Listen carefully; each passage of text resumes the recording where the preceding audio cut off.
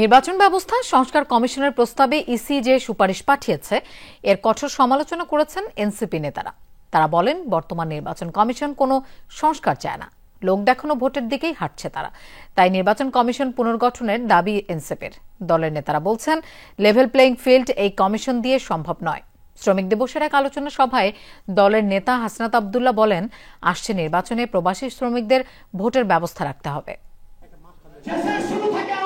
জাতীয় নাগরিক পার্টির প্রধান কার্যালয়ে দলের শ্রমিক উইংয়ের আলোচনা সভায় বক্তব্য রাখেন কেন্দ্রীয় নেতারা। বলেন, শ্রমিকদের আজীবন ব্যবহার করা হয়েছে বিভিন্ন দলের ক্ষমতায় আসার অস্ত্র হিসেবে, কিন্তু তাদের স্বার্থ দেখেনি কেউ। এমনকি নির্বাচন কমিশনও তাদের ব্যাপারে উদাসীন।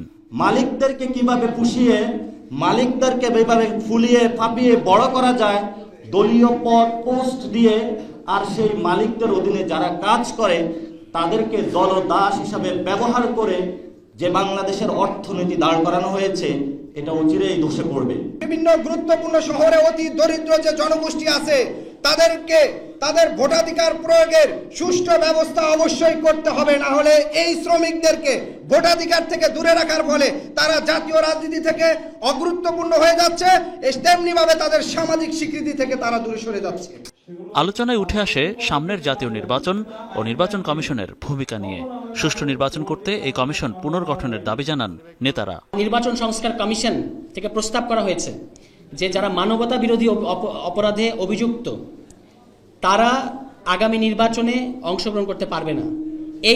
এই মৌলিক সংস্কার প্রস্তাবে নির্বাচন কমিশন ইসি রাজি হচ্ছে না, এবং তারা নির্বাচন কমিশনকে দায়বদ্ধ করা যাবে এটারও তারা বিরোধিতা করছে। এবং আমরা দেখতে পাচ্ছি একটা বিশেষ রাজনৈতিক দলের সাথে ইসির সমস্ত বক্তব্য মিলে যাচ্ছে। এই ইসির নিরপেক্ষতা ইতিমধ্যেই প্রশ্নবিদ্ধ। সুতরাং অবিলম্বে আমাদের তরফ থেকে আমরা মনে করি যে এই ইসির পুনর্গঠন করতে হবে। পৃথিবীর যে প্রান্তে আমাদের রেমিটেন্স যোদ্ধারা রয়েছে তাদের প্রতি আমাদের সম্মান জানানোর জন্য আমরা চাই আগামী নির্বাচনেই তাদের ভোটাধিকারকে স্বীকৃতি দিতে হবে, এবং সেটির জন্য নির্বাচন কমিশন যেন খুব দ্রুততম সময়ের মধ্যে যথাযথ ব্যবস্থা নেয়, সেটির জন্য আমরা তাদের কাছে তাদের সুদৃষ্টি আশা করছি।